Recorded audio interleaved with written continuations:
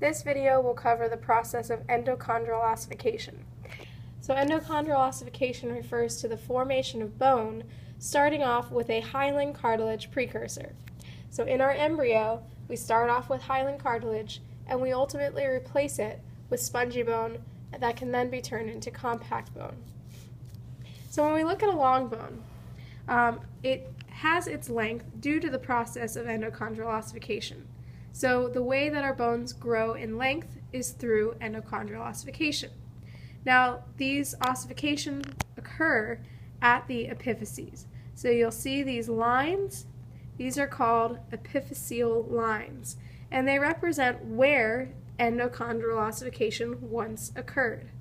So if we look here, this looks very similar to the epiphysis, and that's because it's showing the epiphysis. So here would be where we have the epiphysis of our long bone, and we'll see that endochondral ossification occurs in different zones. So here's a very low magnification of the zones, but we're going to take a closer look at the higher magnification of the zones because it can better give you an idea of what's going on.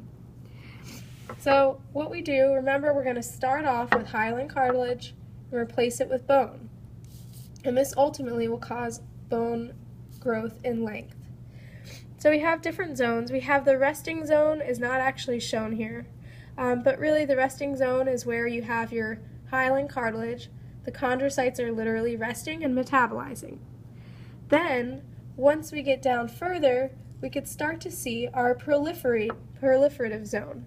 So we could see the chondrocytes here in the hyaline cartilage are beginning to stack like coins. So that is our proliferation zone. So those chondrocytes are undergoing rapid mitosis. Then we go down and we reach the hypertrophy zone. So in this zone, we could see hypertrophy means the enlargement of a cell. And we could see that these chondrocytes are getting much larger. And ultimately what they're going to do closer to the zone of calcification here, they're going to bust open and release what's called alkaline phosphatase.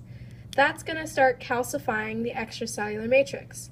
So that leads us into the next zone, which is called your zone of calcification.